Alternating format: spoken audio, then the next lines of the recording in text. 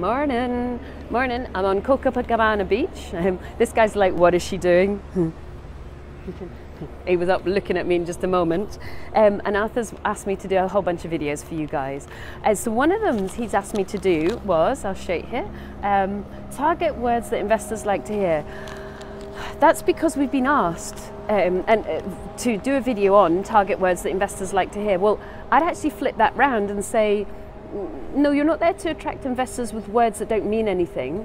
I think it's more important for you to figure out what you do, what kind of projects you do, what kind of returns you think your projects are going to give, or in your experience, like us, if we've done loads, then we can be pretty experienced.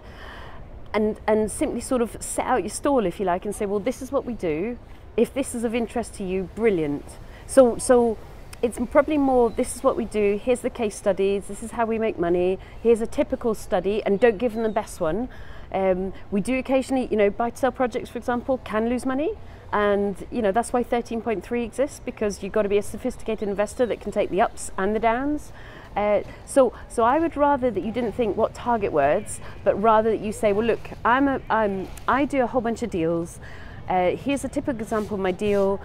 If you're interested in something like that, let's have a conversation. And yes, tell them how people made money, and tell them how people did really well out of you, but then also talk through all the risks that are involved. Now, what you'll find in my experience, and we've worked with hundreds of investors, some people are great listeners and some people just don't hear the risks because it's like, nah, that'll never happen to me. Well, potentially it could, because this is property. Oh, excuse my fingers. This is property, and property's a risk.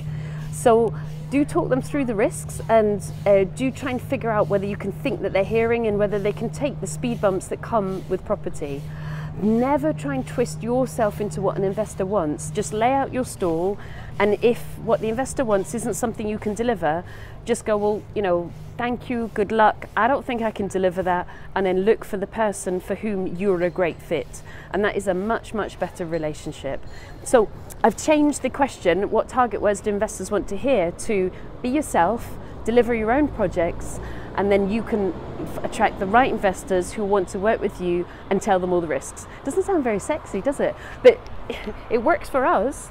And okay, so we've had some bumps with a few people very now and again, but very, very rarely. We keep the success of our deals quiet because it's private to the investors generally, but it works for us because we've got investors who are sensible, they understand the risks, they know it's a long-term relationship, they know that we're straight speaking because we're not blinging them with like fancy, like, oh my God, you're gonna make $1 million.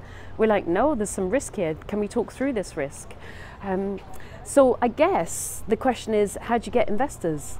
And that's about meeting tons of people and opening tons of conversations. And my 3 screening, so go to a property event, get 10 business cards, phone every single person, find out what they're doing in property. And the 3 key questions I use are, what's your objective, what's your time frame, and what's your pot? And so rather than trying to squeeze somebody into, caught into a pint pot, don't. Just find the right investor for you, tell them all things that could go wrong, make sure they're still happy to proceed, and then go for it. Good luck.